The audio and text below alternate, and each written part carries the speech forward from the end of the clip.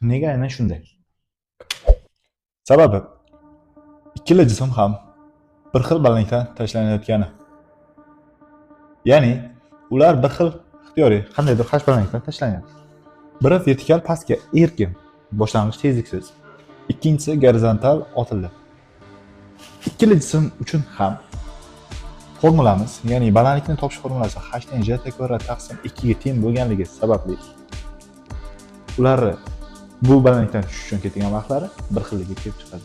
Endi savol, nega gorizontal otilgan jismni tezligi faqat gorizontal o'qitasi o'tadi? Sababi gorizontal otilgan jismni uch uzoqligi formulasi v0 t ga teng, ya'ni v0 uning boshlang'ich tezligi. v0 t ko'rinishda davom etadi. Gorizontal otilgan tezligi aynan shu uch uzoqligini o'zgarishligini ta'sir o'tkaza oladi.